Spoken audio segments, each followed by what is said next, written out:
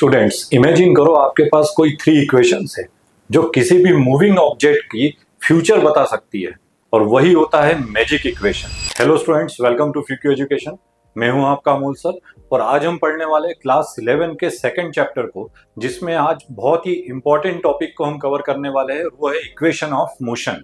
9th class में already आपने इसको स्टडी किया हुआ है, इक्वेशन ऑफ मोशन को।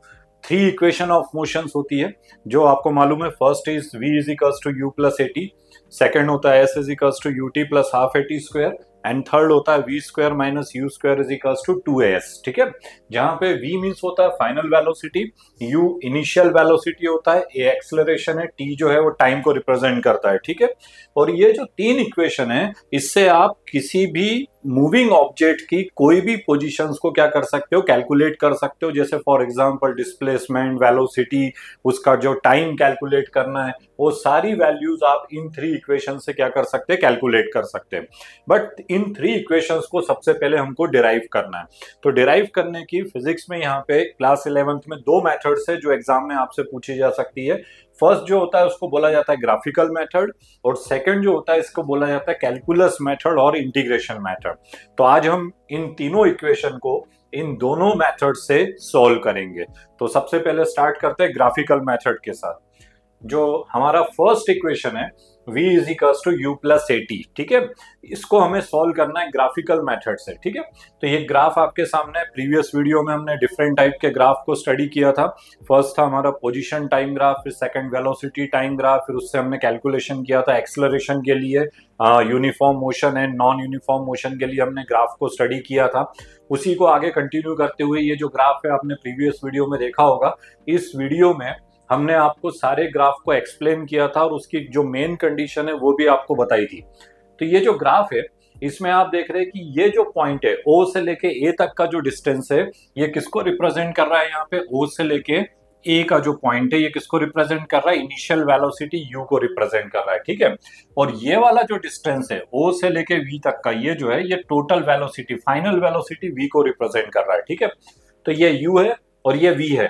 तो ये वाला जो पार्ट होगा BC, ये किसके इक्वल होगा, V माइनस यू के। ठीक है, तो ये जो पार्ट है किसके इक्वल हो जाएगा, V माइनस यू के।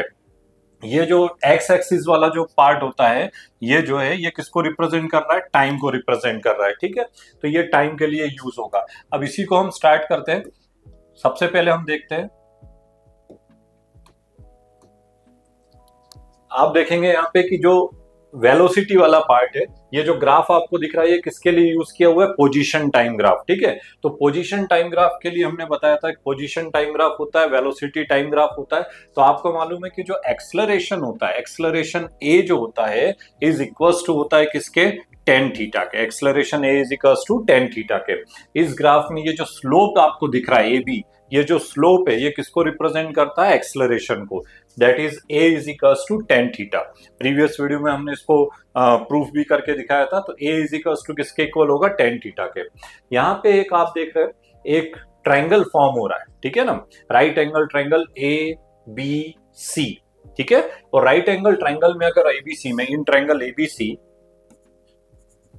अगर हम कैलकुलेट करें tan थीटा की वैल्यू, तो आपको मालूम है tan theta is equals to होता है परपेंडिकुलर अपॉन बेस।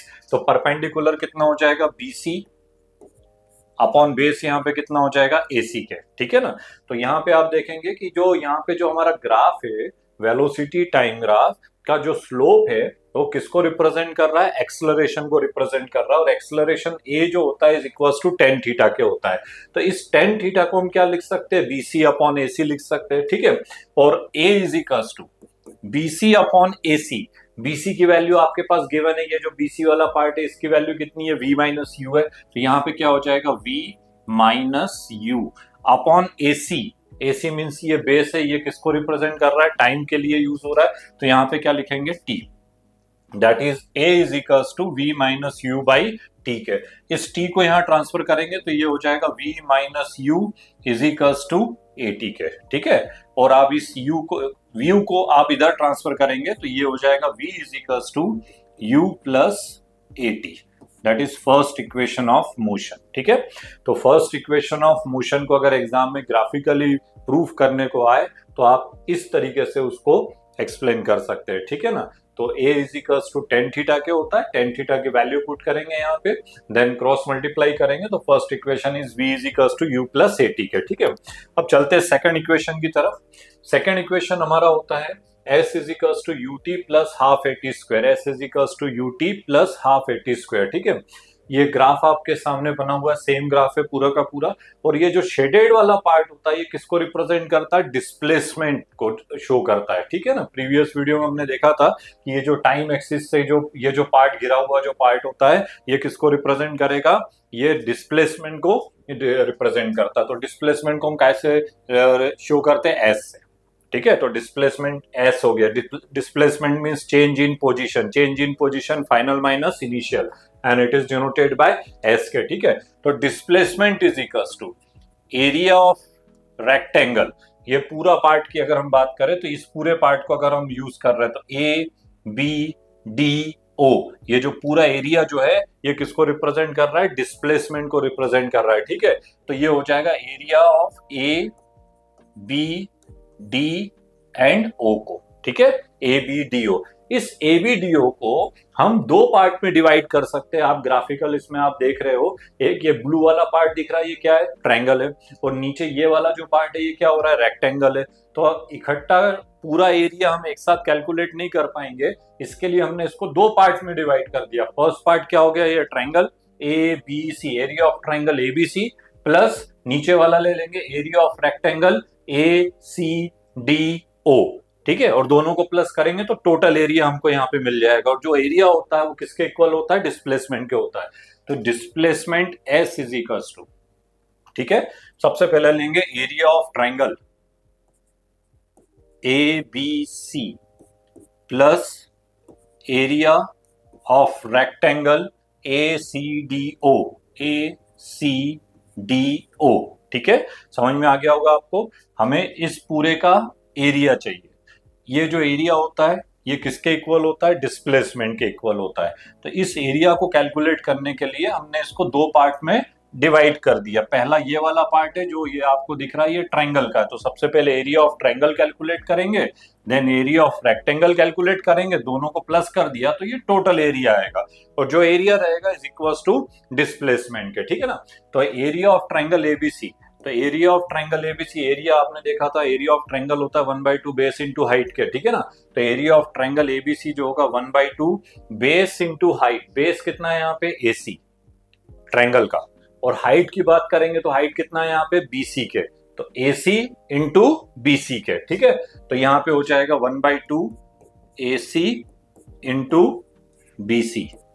ठीक है, तो इस मेथड से हमने ट्रायंगल का एरिया को कैलकुलेट कर लिया। ठीक है, एरिया ऑफ रेक्टेंगल एसीडीओ, रेक्टेंगल का एरिया क्या होता है, लेंथ इंटू ब्रेथ के। तो अगर हम बात करें इसमें तो यहाँ पे लेंथ कितना ले लेते हैं, ओडी ले लेते हैं, और ब्रेथ कितना आ जाएगा, सीडी के इक्वल आ जाएगा। ठीक है, तो यहाँ पे हो जाएगा OD into CD, OD into CD के। ठीक है, तो s is equals to 1/2 AC into BC plus OD into CD के। ठीक है, अब इसमें वैल्यू पुट करते तो s is equals to 1/2 AC, सबसे पहले एसी की वैल्यू निकालेंगे, तो आप देख रहे हो एसी की अगर हमें कैलकुलेट करना है तो ये ए है और ये सी है, ये जो एसी है ये किसके इक्वल हो जाएगा, यहाँ पे टाइम एक्सिस के। ठीक है, तो यहाँ पे आ जाएगा into t into BC, BC का वैल्यू आपको ग्राफ से दिख रहा है, यहाँ पे बीसी इज इक्वल टू किसके इक्वल है, वी माइनस यू के, तो यहाँ पे आएगा वी माइनस यू प्लस। ठीक है, ओडी की बात करेंगे तो ओडी टाइम के लिए यूज हो रहा है, टाइम ये वाला जो डिस्टेंस है ये टाइम एक्सिस के लिए ओडी, और सीडी की बात करेंगे, सीडी मींस ये यहां से लेके यहां तक का डिस्टेंस, तो ये जो डिस्टेंस है ये इनिशियल वेलोसिटी यू के इक्वल है, that is equal to u के। ठीक है, तो आप देखेंगे s is equal to 1/2 into t into v minus u plus u into t के, ये मिला। अभी हमने सबसे पहले क्या किया, फर्स्ट इक्वेशन को डिराइव किया, तो जब फर्स्ट इक्वेशन हमने ऑलरेडी डिराइव किया तो उसका यूज हम यहाँ पे कर सकते हैं। तो हमारे पास फर्स्ट इक्वेशन जो था वो था v is equal to u plus a t. ठीक है ना, हमारे पास जो फर्स्ट इक्वेशन क्या था, v is equal to u plus a t के। ठीक है, तो v is equal to u plus a t जो इक्वेशन है यहाँ पे, इस u को अगर हम इधर ट्रांसफर करें तो क्या हो जाएगा, v minus u is equal to a t. ठीक है ना, v minus u is equal to 80। That is यहाँ पे ये जो v माइनस यू है इसकी जगह पे हम यहाँ पे क्या वैल्यू पुट कर सकते हैं, 80 पुट कर सकते हैं। ठीक है, तो इसको हम इस तरीके से भी रिप्रेजेंट कर सकते हैं, s इज इक्वल टू, ठीक है, s is equal to 1/2 into t, 1/2 into t. यहां पे हमारे पास था v माइनस यू और नेक्स्ट इसके बाद था हमारे पास प्लस यूटी, ठीक है ना। अब हम इसमें क्या करेंगे, ये जो v माइनस यू है इसकी वैल्यू हम यहाँ पे क्या पुट करेंगे, 80 पुट करेंगे। ठीक है, तो यहाँ पे v माइनस यू की जगह हमें 80 पुट करना है, तो s is equal to 1/2 into t, यहाँ पे आएगा 80, ठीक है, प्लस यूटी। स्टेप समझ में आ गया होगा आपको। फर्स्ट इक्वेशन का यूज किया, इससे v माइनस यू की वैल्यू फाइंड की और ये जो v माइनस यू का वैल्यू था वो यहाँ पे पुट किया, तो ये 80 इस तरीके से यहाँ पे यूज करेंगे। ठीक है, t का मल्टीप्लाई हो जाएगा यहाँ पे, तो s इज इक्वल्स टू, आप t को मल्टीप्लाई करेंगे तो t का यहाँ पे करेंगे तो t स्क्वायर हो जाएगा, तो 1/2 a t square plus ut। ठीक है ना, इसको थोड़ा सा अरेंज करके लिखेंगे तो इस तरीके से हो जाएगा, s is equals to ut plus half 80 square के, और यही है हमारा second equation, s is equals to u t plus half 80 square. तो जब भी इसको ग्राफिकली मेथड से अगर आपको कैलकुलेट करने को आता है तो आप उसको इस मेथड से कैलकुलेट कर सकते हैं। ठीक है ना, सबसे पहले हमने क्या किया, एरिया निकालना था, तो इस पूरे एरिया को दो पार्ट्स में डिवाइड कर दिया, एक ट्रायंगल वाला और एक रेक्टेंगल वाला। एरिया ऑफ ट्रायंगल क्या होता है, 1/2 बेस इंटू हाइट। रेक्टेंगल का एरिया क्या होता है, लेंथ इंटू ब्रेथ के। वैल्यूज पुट करेंगे, फर्स्ट इक्वेशन का यूज करेंगे और फर्स्ट इक्वेशन का यूज करते हुए यहाँ पे सेकंड इक्वेशन को हम डिराइव करेंगे। तो सेकंड इक्वेशन हमारा हो जाएगा s is equals to u t plus half 80 square के। ठीक है, चलते हैं हमारे थर्ड इक्वेशन की ओर, और हमारा जो थर्ड इक्वेशन है v square is equals to u square plus 2as। ठीक है, इसको हमें डिराइव करना है, v square is equals to u square plus 2s।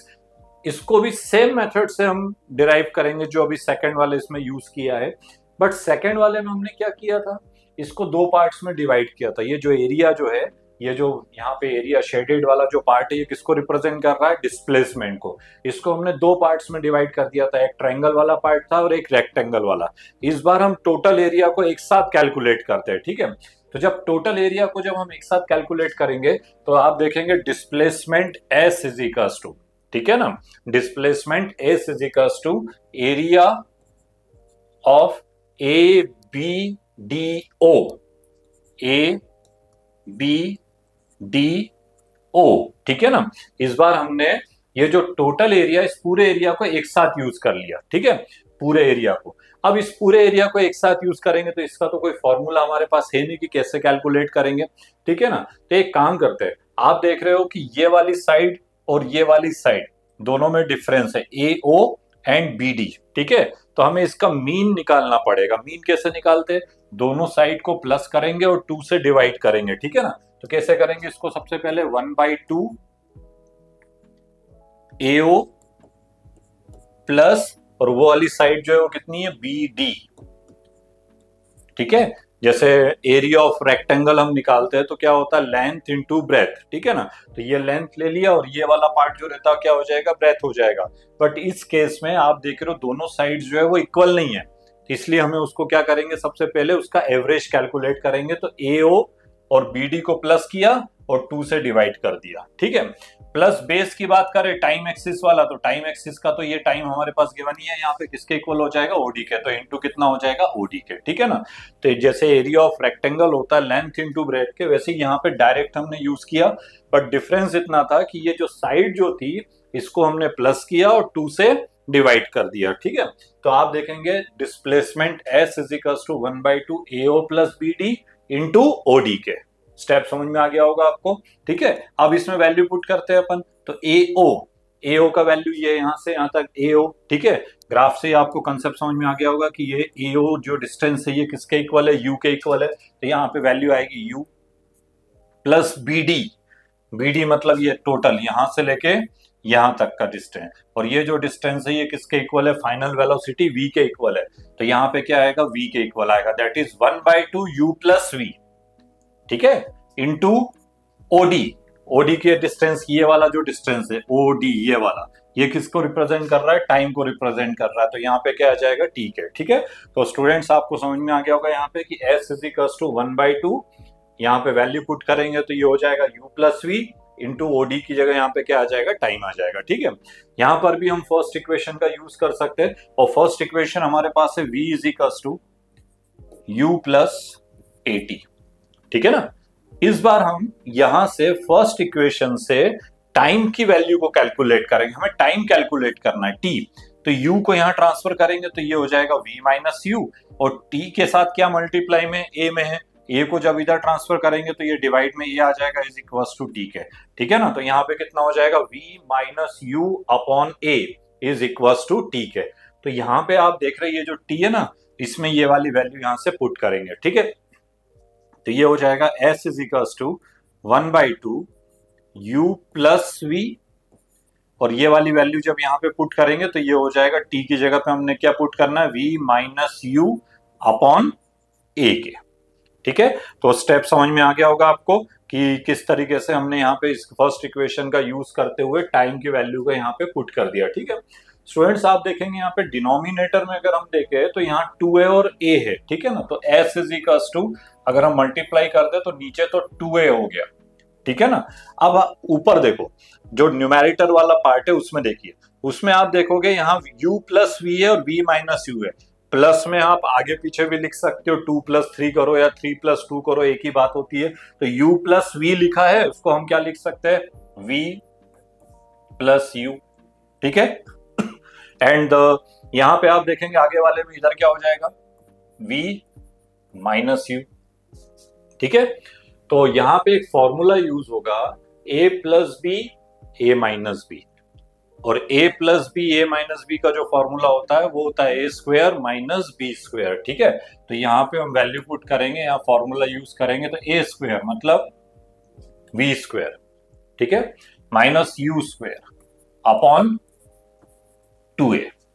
ठीक है, अब इस 2a को यहां से यहाँ ट्रांसफर कर दो तो ये हो जाएगा 2as is equal to v square minus u square. ठीक है, यू स्क्वायर को भी हम इधर ट्रांसफर करना चाहे तो कर सकते हैं, माइनस में इधर जाके प्लस में आ जाएगा। ठीक है, तो ये हो जाएगा आपका v square is equal to u square plus 2as के। ठीक है, तो ये वाला हमारा थर्ड इक्वेशन ऑफ मोशन हो जाएगा, v square is equal to u square plus 2as के। ठीक है, तो ये था हमारा ग्राफिकल मेथड जिससे हमने तीनों इक्वेशंस को क्या किया, डिराइव किया। First equation is v is equal to u plus a t, second equation s is equal to u t plus half a t square, and third is v square is equal to u square plus 2as के। ठीक है, तो graphical method से अगर exam में prove करने को आता है तो इस तरीके से आपको वहां पे प्रूव करना है। ठीक है, अब हम चलते हैं हमारे सेकंड मेथड की ओर, उसका नाम है कैलकुलस मेथड।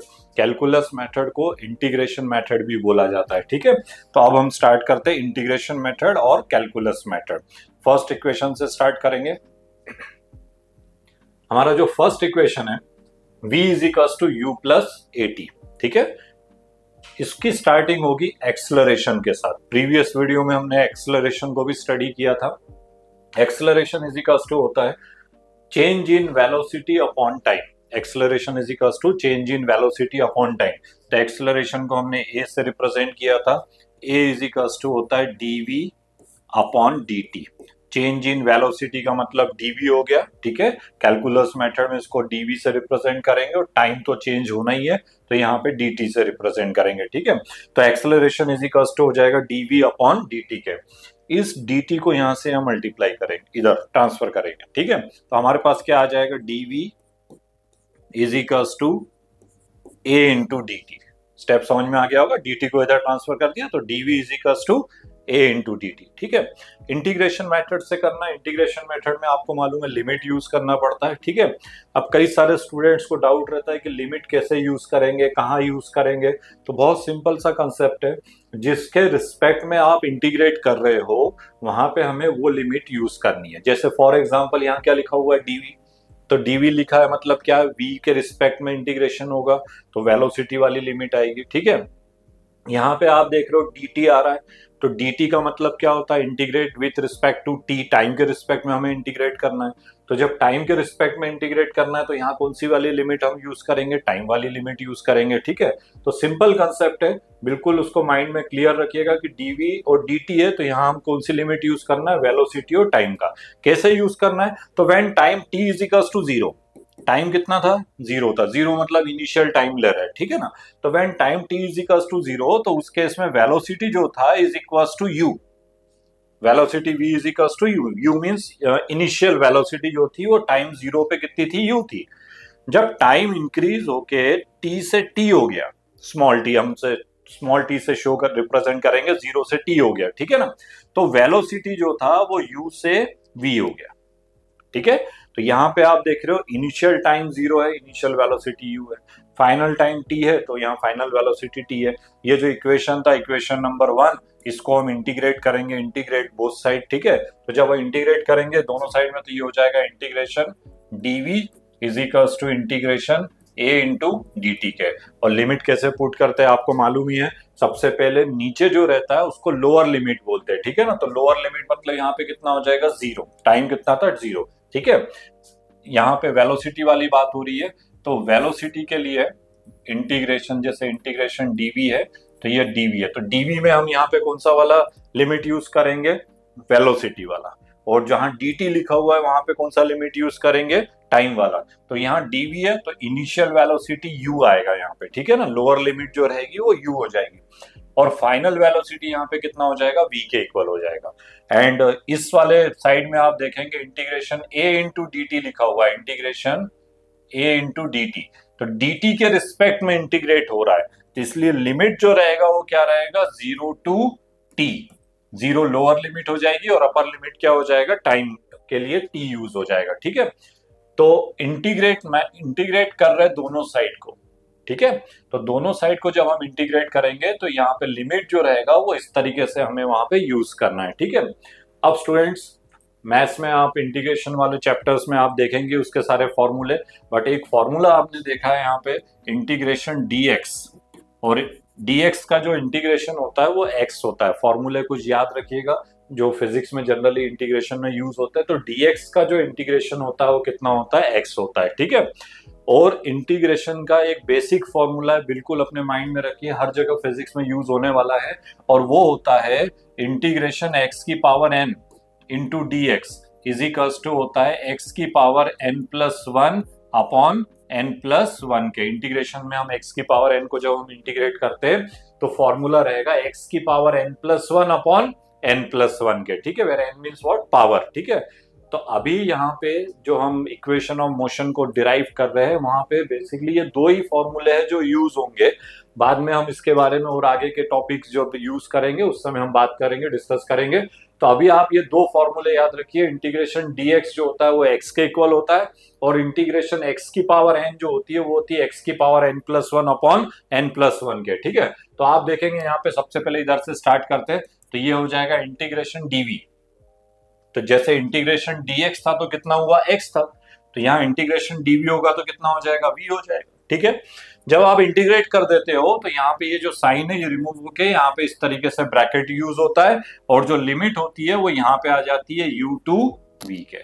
ठीक है ना, u मीन्स लोअर लिमिट और v मीन्स अपर लिमिट। ठीक है, अब इज इक्वल्स टू, एक और सबसे इंपॉर्टेंट चीज जो याद रखिएगा, जिसके रिस्पेक्ट में आप इंटीग्रेट कर रहे हो वो वाले टर्म्स को हम इंटीग्रेट करेंगे, जिसके अलावा अदर कोई टर्म उसके साथ मल्टीप्लाई में है तो वो कॉमन आ जाएगा, बाहर आ जाएगा, उसको हम इंटीग्रेट नहीं कर सकते। ठीक है ना, जैसे for example integration cx into dx है। ठीक है ना, तो यहां आप देख रहे हो dx का मतलब क्या, integrate with respect to x, तो x का इंटीग्रेशन होगा, बट c जो यहाँ पर है उसका इंटीग्रेशन नहीं होगा, c यहाँ पे कांस्टेंट टर्म है तो वो उसका इंटीग्रेशन नहीं होगा।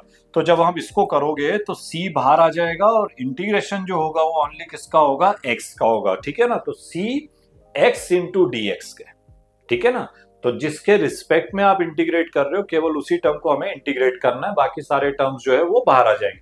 तो आप देख रहे हो इंटीग्रेशन a इंटू dt लिखा हुआ है, a जो है वो एक्सलरेशन है, और किसके रिस्पेक्ट में करना है, टाइम के रिस्पेक्ट में इंटीग्रेट करना है, तो a जो है वो बाहर आ जाएगा और इंटीग्रेशन होगा 0 टू t इंटू dt के।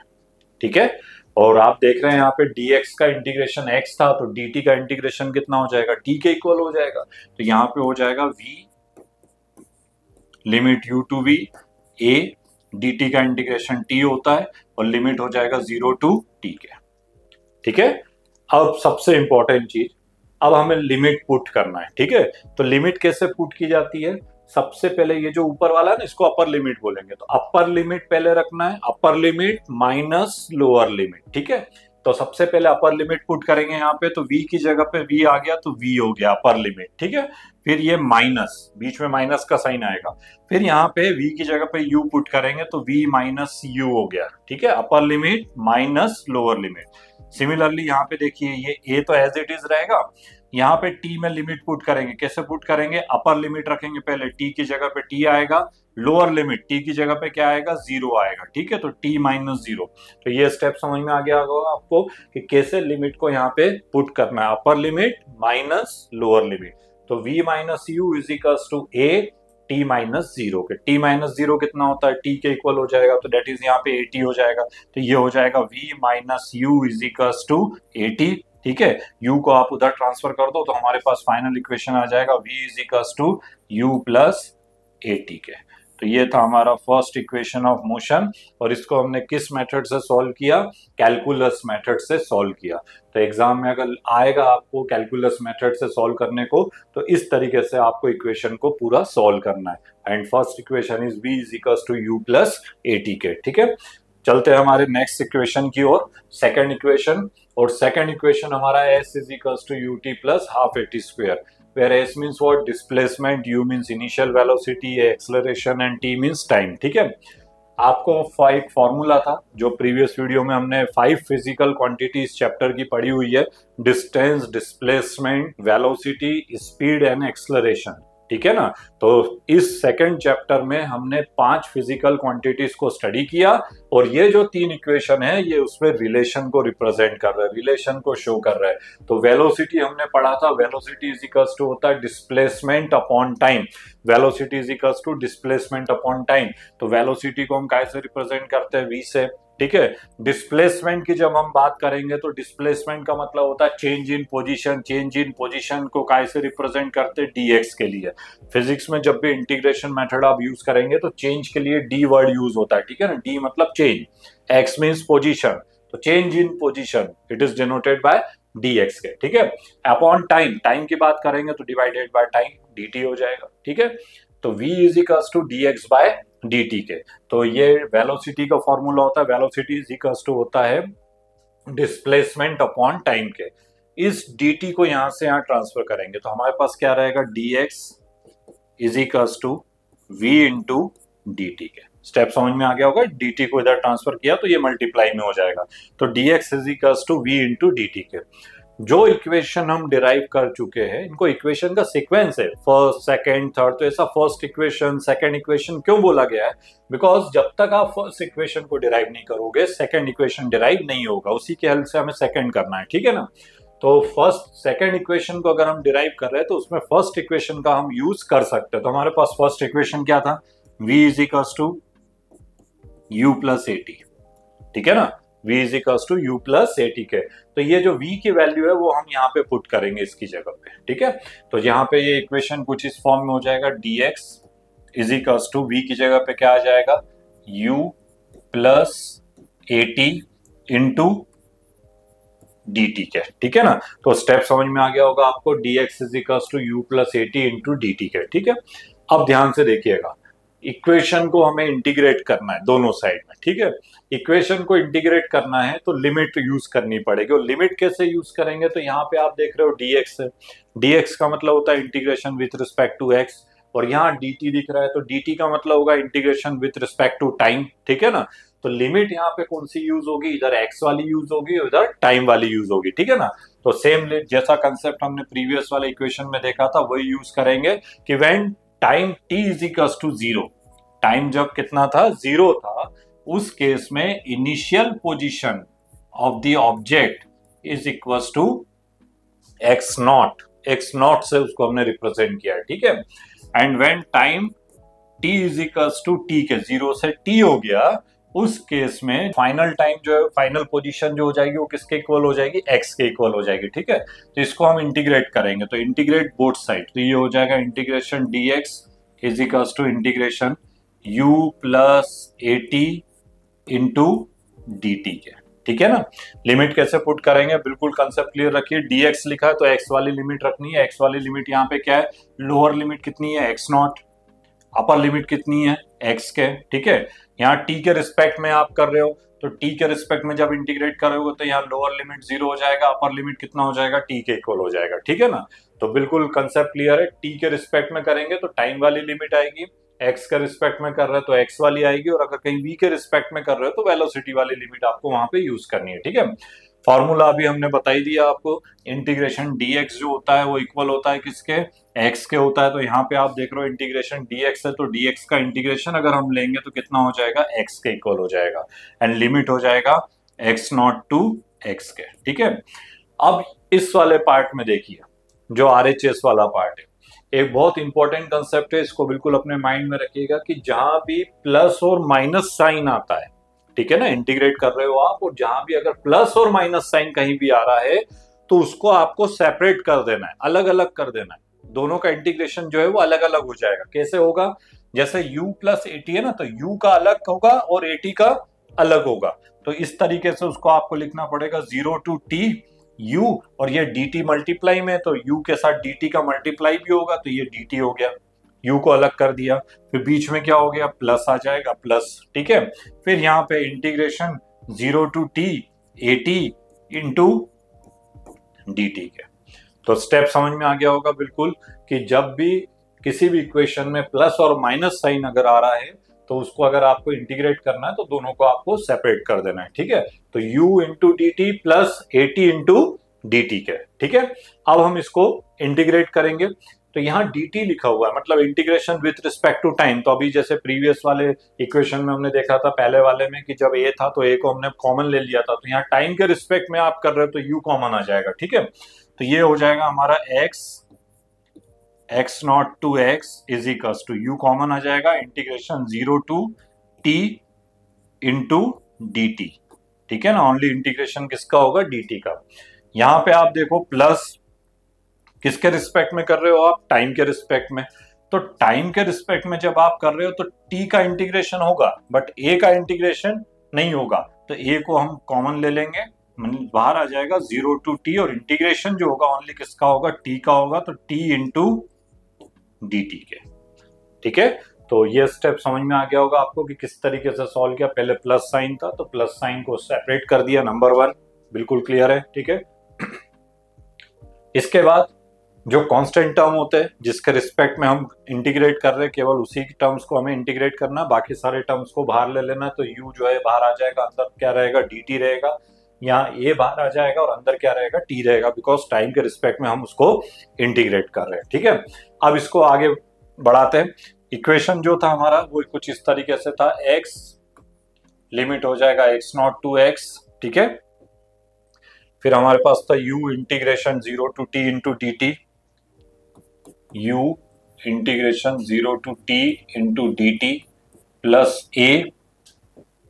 ठीक है ना, ये कॉमन आ गया था, integration 0 to t into D t के, इंटीग्रेशन लिमिट हो गया 0 to t into D t के।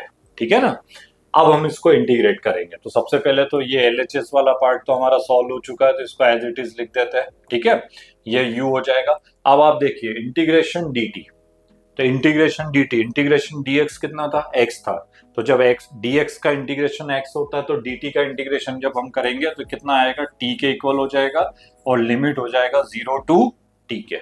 ठीक है, प्लस a। अब यहाँ पे ध्यान से देखिएगा, बहुत इंपॉर्टेंट टर्म्स है, ये t का इंटीग्रेट करना है हमें। ठीक है, तो t की पावर कितनी है यहाँ पे, 1, तो t की पावर 1 जब यहाँ पर है तो अब हम यहाँ पे वो जो सेकंड वाला फॉर्मूला आपको बताया था, कौन सा वाला, x की पावर n, इंटीग्रेशन x की power n into d x is equals to होता है x की power n plus 1 upon n plus 1। ठीक है ना, फॉर्मूला याद रखिएगा, फिजिक्स में जितने भी मैक्सिमम टाइम पे आपको ये फॉर्मूला यहाँ पे यूज करना पड़ेगा। तो t की पावर 1 है, ठीक है ना। तो हम यहाँ पे देखेंगे तो इंटीग्रेशन t की पावर 1 इंटू डी टी है। तो आप देख रहे हो कि n की जगह पे कंपेयर करो तो n की जगह पे क्या आ रहा है, 1 आ रहा है, ठीक है। और x की जगह पे यहाँ पे कौन सी वैल्यू आ रही है, t आ रही है, ठीक है। तो ये हो जाएगा t n+1, n+1 मतलब 1+1, n की जगह पे 1 पुट करेंगे, ठीक है। तो 1+1 अपॉन 1+1 दैट इज t²/2, ठीक है ना। 1+1 2 हो जाएगा, अपॉन में 2 हो जाएगा, तो क्या हो जाएगा t²/2, ठीक है। तो t का जो इंटीग्रेशन होता है विथ रिस्पेक्ट टू टाइम वो किसके इक्वल होगा, t²/2 के, ठीक है। तो जब आप इसको इंटीग्रेट करेंगे t की पावर 1 को तो ये हो जाएगा t²/2 एंड लिमिट हो जाएगा 0 टू t के, ठीक है। तो यहाँ पे हमें ये वाला फॉर्मूला यहाँ पे यूज करना पड़ेगा बिकॉज पावर के फॉर्म में है। तो t की पावर 1 है तो हम फॉर्मूला यूज करेंगे x की power n is equal to x की पावर n+1 अपॉन n+1 और इसका जो इंटीग्रेशन होता है वो होता है t²/2 के, ठीक है। अब हम लिमिट पुट करते हैं दोनों साइड में। लिमिट पुट करने का मेथड आपको बताया था, upper limit minus lower limit. तो सबसे पहले अपर लिमिट रखेंगे x माइनस x0, ठीक है ना। Upper limit minus lower limit is equals to ये u एज इट इज रहेगा, t में लिमिट पुट करेंगे, upper limit minus lower limit t -0, ठीक है। प्लस आप देखेंगे नीचे डिनोमिनेटर में 2 दिख रहा है, 2 जो है वो कांस्टेंट है, कांस्टेंट में लिमिट नहीं रखते तो 2 को अपन पहले ही कॉमन ले लेते। तो एक काम करते हैं, ये 1/2 हमने पहले ले लिया, ठीक है ना। ये एज इट इज लिखा ही हुआ है, ठीक है। तो अंदर कितना रहेगा हमारे पास, t² रहेगा, ठीक है। अब इस t² में हम लिमिट पुट करेंगे, upper limit minus lower limit. तो t² में पहले t पुट करेंगे तो t² हो गया, माइनस लोअर लिमिट कितना है 0, तो 0 का स्क्वायर 0, तो यहाँ पे 0 पुट कर देंगे तो t² -0 हो जाएगा, ठीक है।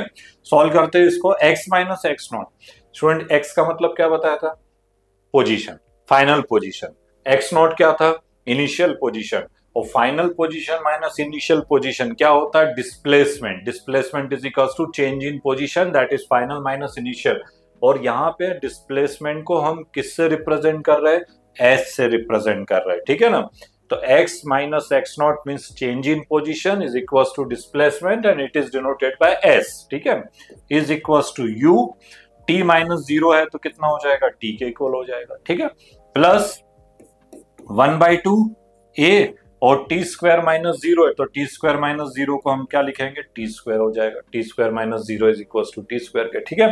तो हमारे पास सेकेंड इक्वेशन इस तरीके से फॉर्म हो जाएगा, s is equals to ut plus half at² के, ठीक है। तो बहुत बढ़िया इक्वेशन है, एग्जाम में पूछा जाता है डिराइव करने के लिए बाय इंटीग्रेशन मेथड और कैलकुलस मेथड। तो इस तरीके से आपको इस इक्वेशन को सॉल्व करना है, ठीक है। तो ये था हमारा सेकेंड इक्वेशन। अब हम चलते हैं हमारे थर्ड इक्वेशन की ओर, और थर्ड इक्वेशन है v² is equals to u² plus 2as के, ठीक है ना। v मींस फाइनल वेलोसिटी होता है, u इनिशियल वेलोसिटी है, s डिस्प्लेसमेंट है और a एक्सेलरेशन है, ठीक है। इसकी भी स्टार्टिंग हम करेंगे कहां से, एक्सेलरेशन के साथ, ठीक है। एक्सेलरेशन इज इक्वल्स टू होता है change in velocity upon time. Acceleration is equals to change in velocity upon time. Acceleration को a से रिप्रेजेंट करेंगे। चेंज इन वेलोसिटी की बात कर रहे हैं तो अभी बताया था, चेंज के लिए यहाँ पे इंटीग्रल या कैलकुलस मेथड में क्या होता है, dv से रिप्रेजेंट करते हैं, d से change in velocity dv upon time के, ठीक है। तो acceleration a is equals to हमारे पास होगा dv अपॉन dt के, ठीक है ना। एक काम कर सकते हैं स्टूडेंट्स, इसमें क्या हम इसमें dx से मल्टीप्लाई करें और dx से डिवाइड करें, हो सकता है, बिल्कुल। dx से मल्टीप्लाई कर दिया, dx से डिवाइड किया, क्यों किया अभी समझ में आ जाएगा आपको। पहले आप इसको अपन इस फॉर्म में लिख सकते हैं, multiplied and divided by dx, पहला स्टेप, ठीक है। तो dx से मल्टीप्लाई कर दिया, dx से डिवाइड कर दिया। अब हम इसको इस फॉर्म में भी लिख सकते हैं, dv अपॉन dx, इसके साथ इसको लिख दिया, ठीक है, इंटू dx अपॉन dt, इस dx के अपॉन में dt, क्रॉस मल्टीस में लिख दिया अरेंज करके, ठीक है। तो पहली स्टेप में हमने देखा कि एक्सेलरेशन इज इक्वल्स टू होता है dv बाय dt के। फिर सेकंड उसमें देखा कि multiplied and divided by dx, तो dx से मल्टीप्लाई कर दिया और डिवाइड कर दिया और उसको थोड़ा सा अरेंज करके इस फॉर्म में लिख दिया, ठीक है। क्यों किया, अब आप देखेंगे कि dx बाई dt, d का मतलब चेंज होता है, x का मतलब पोजीशन होता है। तो आपको बताया था कि dx मतलब हो जाएगा change in position. Change in position means what, displacement. और अपॉन नीचे क्या है, यहाँ पे डिनोमिनेटर में क्या है, टाइम है, तो अपॉन कितना हो जाएगा, dt के, ठीक है ना।